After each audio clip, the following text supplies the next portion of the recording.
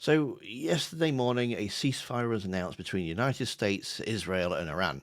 Good news.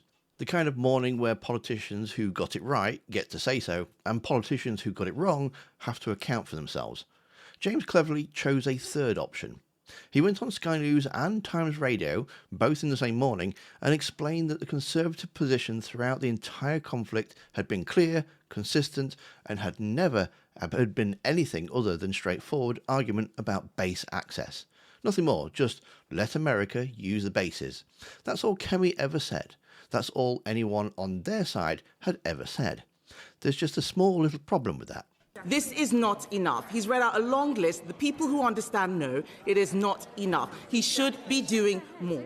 We are in this war whether they like it or not. We are in this war whether you like it or not. That was Kemi Badenoch in the House of Commons on March the 4th. Not being misquoted or taken out of context, she is making an argument. Britain is already in this war, you need to accept it. 5 weeks later, here's James Cleverly on Sky News. Well, the fact is, his initial position was that the US could not use their aircraft from British bases at all. He then changed his position on that. He makes a distinction between offensive and defensive, and he says that his approach hasn't altered since the start. Well, he would say that, wouldn't he? But the fact is, he U-turns all the time. He's got a reputation... How is that a U-turn, making a distinction? Look, because he did that post hoc. His initial position was the US could not use the US could not use their own planes from British bases.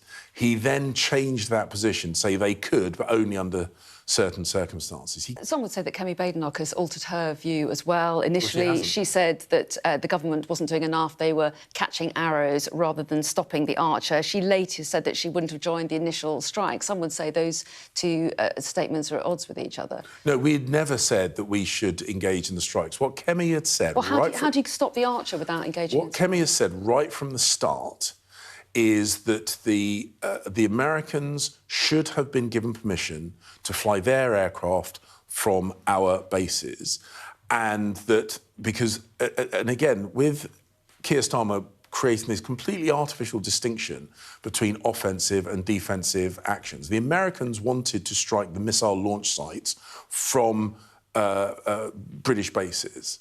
These two things cannot be true.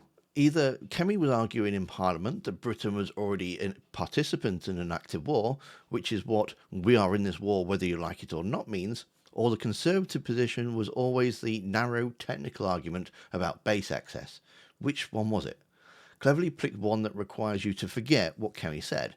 And he didn't actually stop there, because there's also a small matter of the Archer. For those who missed it, and given how much has happened in the last 5 weeks, it's understandable.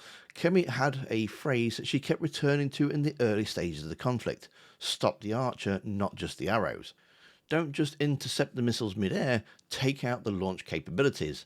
That is, in all intents and purposes, an offensive action. It's not just base access, is it? It's not a defensive interception. You have to go after the source. By yesterday morning, that apparently never happened either.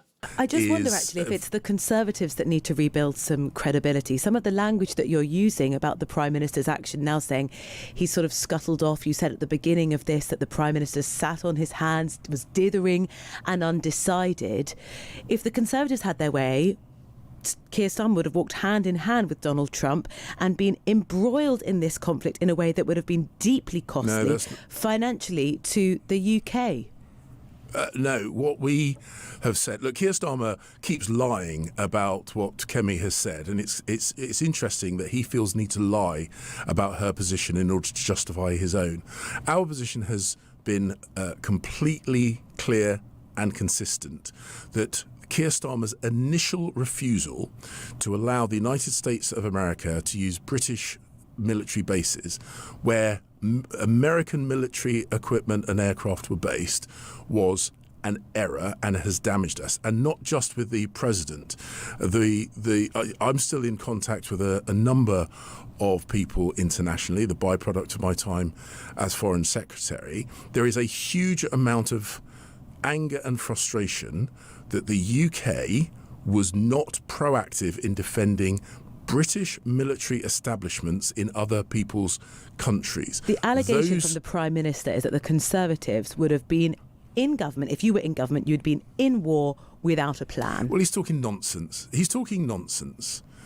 And that is not, I mean, he's saying that because he is trying to justify his... Hang on, let me finish the point. What would have been the Conservatives' plan if we had gone into war with America as the timeline that you suggest? The point... So, completely rewriting history, at no point has Kemi said anything other than the fact that we should have allowed the American military to use their own equipment from British bases, which was the agreement upon which those pieces of military equipment are based. The interviewer on Times Radio put it to him directly. The Conservatives, she said, were essentially arguing that Starmer should have walked hand in hand with Trump into the conflict. Cleverly tries to call it nonsense and a complete rewrite of history. He says that Kemi's position has been constant throughout. But she doesn't actually let go. And although she mentions the Archer quote, she cleverly just ploughs on regardless. So she was arguing that the UK should not just intercept incoming missiles, which she was referring to as the Arrows, but should actively take out the kind of launch capabilities and sites, the Archers.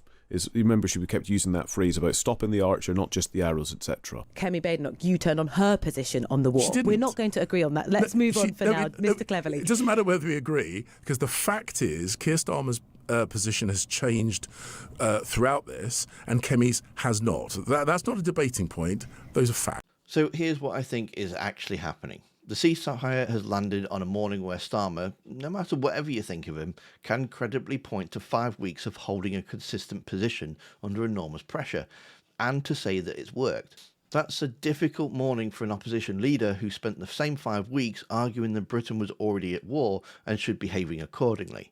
She's then obviously seen the polling and watched the public opinion run hard against the conflict and quietly thought, I'm on the wrong side of this. The rowing back is fine. Politicians change position all the time. Wars, they are complicated and new information emerges all the time. What isn't a good look is sending your housing secretary out onto the morning round to try and claim that the row back has never happened. I mean, Cleverly's a smart enough politician to know exactly what he's doing. It must be really embarrassing for him to have to do this. But I suppose the public don't all follow PMQs religiously like we do. Most people aren't going to pull up a March the 4th PMQ exchange and go, wow, there you did. I mean, that's what I'm here for.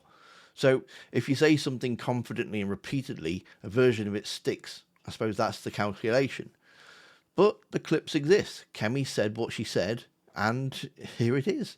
This is not enough. He's read out a long list. The people who understand know it is not enough. He should be doing more. We are in this war whether they like it or not. We are in this war whether you like it or not. You don't get to send James Cleverly out to unsay it, no matter how desperate you are.